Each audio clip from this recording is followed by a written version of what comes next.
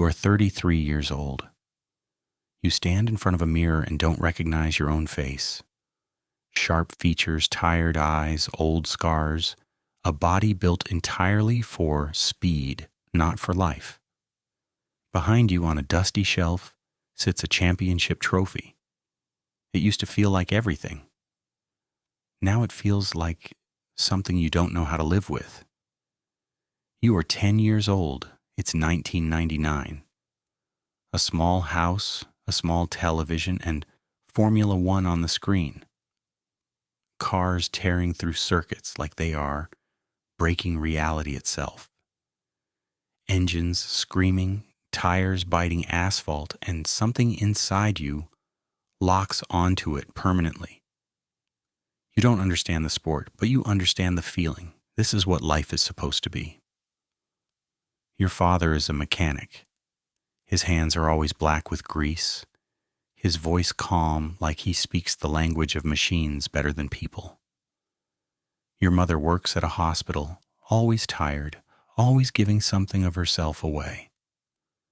Nobody talks about dreams as impossible here, only as something you either survive or you don't. At breakfast one morning you say it without thinking too much. I want to race cars.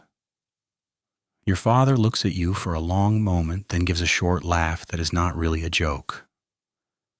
That's not a hobby, he says. That's war. A week later, he brings home a broken go-kart frame from a scrapyard. Rusted metal, missing parts, useless to anyone else. He drops it in front of you and says, "If you're serious, start here." That is the moment your life splits in two. The kart track is small, local, forgotten. It smells like fuel, wet rubber, and old asphalt. The engines are loud but not beautiful yet, just violent. You are smaller than everyone else, slower than everyone else. You crash, you spin out, you finish last again and again. You hear laughter sometimes, or maybe you just imagine it. But you don't stop. Something in you refuses the idea of stopping completely. You learn how to lose without disappearing. You learn how to restart after every mistake. You learn how to keep your hands steady when everything else shakes. And slowly, something changes. Not suddenly. Just enough that one day the coach watches you quietly and says, "You're not afraid of speed." You don't know if that is praise or a warning. At 14, you are racing nationally. The world becomes bigger, louder, more serious. At 16, you start winning races. Not always, but often enough that people begin to remember your name. At 18, they call you the future. You don't feel like the future. You feel exhausted, always exhausted. But when you put the helmet on, everything disappears. Fear disappears. Doubt disappears. Even identity disappears. There is only the track, the engine, and a silence inside your head that feels like clarity. At 19, you are recruited into a professional racing academy.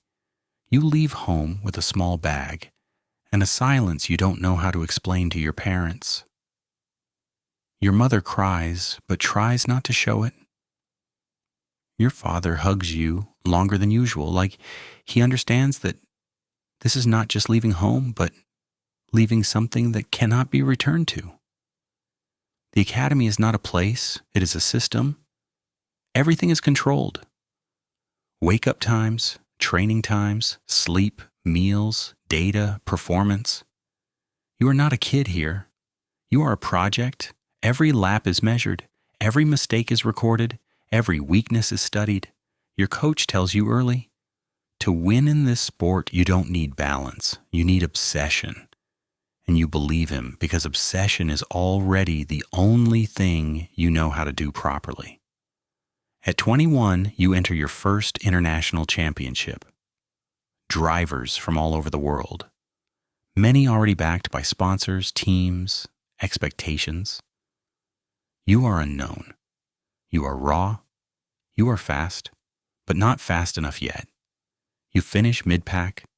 They call it promising. You call it failure.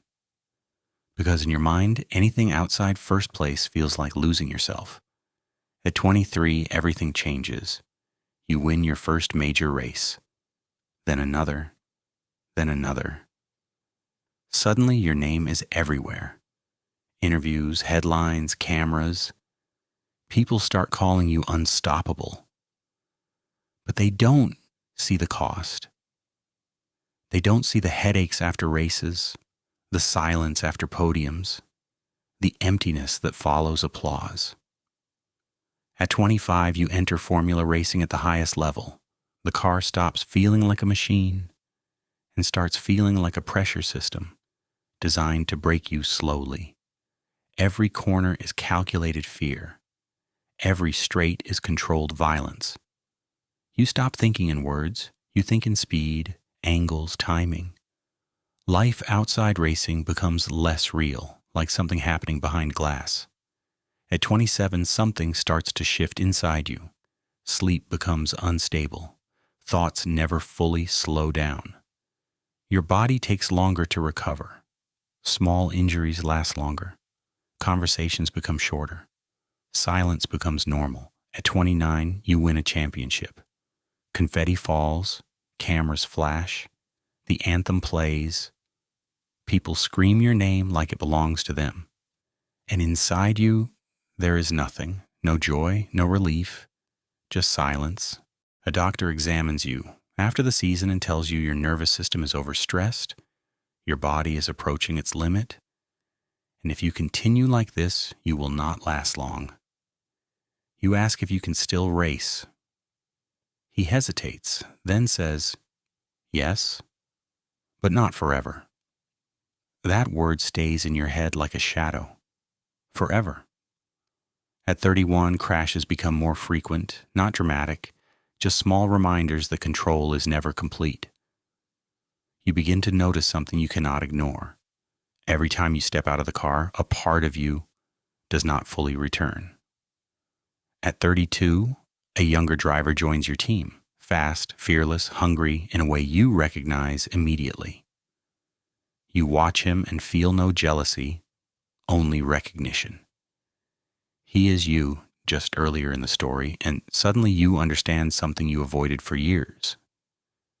There is always someone faster coming. At 33, you are no longer the future. You are the past that still performs. The experienced one, the benchmark, the reference others aim at while preparing to replace it. One night after a race, you sit alone in the garage. The car is cooling behind you, ticking softly like a machine forgetting what it just survived. Someone asks if you are okay. You almost say yes automatically, but you stop because okay doesn't exist here, only faster or forgotten. You go home. The apartment is quiet in a way that feels unnatural. Helmets on shelves, old photos, fragments of a life measured only in laps, seasons, and results. You sit down and realize something you avoided your entire life. You don't know how to exist without speed. Not emotionally, literally. Everything you were built into was designed for motion, reaction, precision, performance. And now there is no track, only silence. You remember the first time you saw Formula One on a small television and felt that absolute certainty that this was your life, that nothing else mattered, that everything led here. Now you are not sure if it was destiny or just the first thing that made you feel alive enough to never stop. You stand in front of the mirror again, helmet off, eyes tired. And for the first time, there is no race happening anywhere. No countdown, no engine, no finish line, only you. And a question with no speed, no data, no second chance waiting after the next corner. If I am not racing, what am I?